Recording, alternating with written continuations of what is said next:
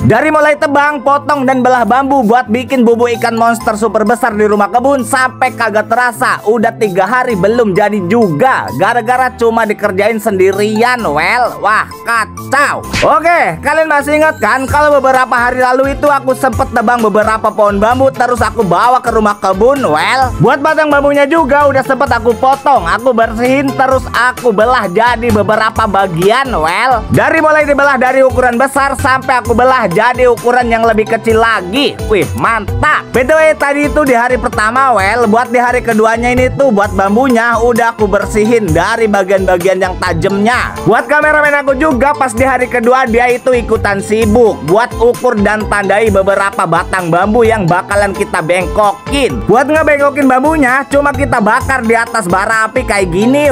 Terus habis itu kita tekan bambunya. Sengaja aku bakar, aku bengkokin kayak gini soalnya buat bikin bubuk ikan monster super besarnya kali ini tuh aku pengen bentuknya beda, pengen bentuk kotak dong. Buat proses ngebengkokin batang bambunya ini juga makan waktu cukup lama. Sampai di hari ketiga. Wah, kacau. Setelah beres dibengkokin, buat batang bambunya ini tuh langsung aku rendam di kolam ikan. Biar bentuknya kagak rubah lagi dong. Habis itu buat di bagian ujungnya ini tuh langsung aku lubangi menggunakan bor mesin. Soalnya buat di bagian ujung bambunya ini tuh bakalan aku tambahin paku biar makin kuat. Yang jelas buat batang bambunya ini tuh kalau kagak dilubangi dulu menggunakan bor mesin, ketika dipasang paku pasti bakalan pecah. Wah kacau. Yang bikin lama emang prosesnya kayak gini.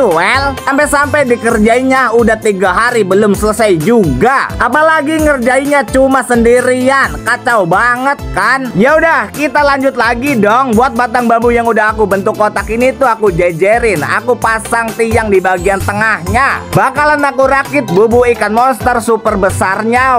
Wih, mantap. BTW kalau sebelumnya aku itu pernah bikin bubuk ikan monster super besar bentuknya bulat kayak bubuk ikan konvensional pada umumnya. Nah, buat kali ini tuh aku bikin bubuk ikan monsternya bentuknya kotak kayak gini dong. Sengaja aku bikin kotak kayak gini soalnya setelah aku pikir-pikir kayaknya buat ikan di sungai itu udah pada paham sama bubuk ikan yang bentuknya bulat.